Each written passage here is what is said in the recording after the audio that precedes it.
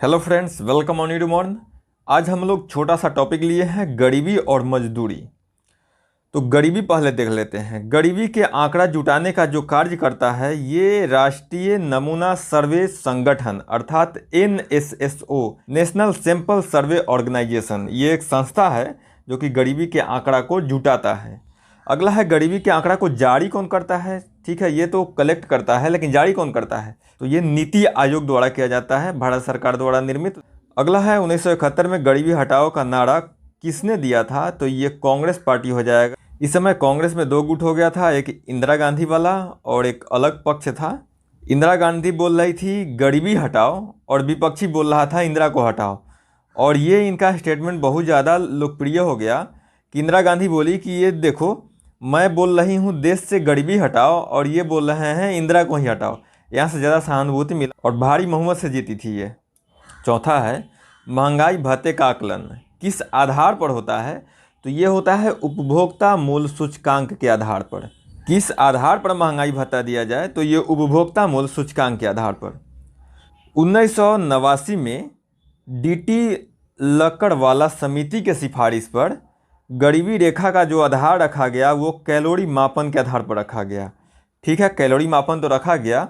यहाँ पर ग्रामीण क्षेत्र में कैलोरी का, जो ग्रामीण लोग ज़्यादा मेहनत करते हैं, तो 2400 कैलोरी रखा गया ग्रामीण क्षेत्रों के लिए और 2100 कैलोरी रखा गया शहरी क्षेत्रों के लिए।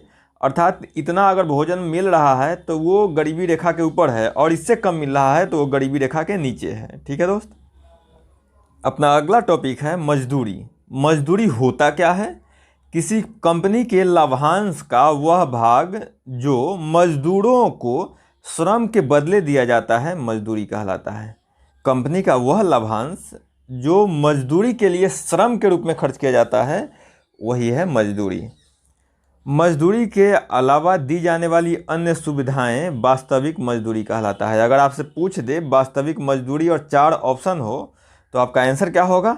मजदूरी के अलावा दिया गया सुविधा जो है वो वास्तविक मजदूरी होता है। अगला पॉइंट, कीमत स्तर में वृद्धि होने से वास्तविक मजदूरी घट जाता है। मान लीजिए लागत में ज़्यादा पैसा लग रहा है तो जो मजदूर को सुविधा दिया जा रहा है वहाँ से कटौती किया जाता है। तो कीमत में वृद्धि होने पर वास्तविक जो मजदूरी है, अन्य सुविधाएं जो मजदूर को दिया जाता है उसमें कमी आ जाती है। अगला है, कीमत सूचकांक का मुख्य प्रयोजन क्या होता है? कीमत सूचकांक क्यों बनाया जाता है? तो मुद्रा की क्रय शक्ति ज्ञात करने के लिए कि पार्टिकुलर मुद्रा कितना सामान को खरीद पा रहा है।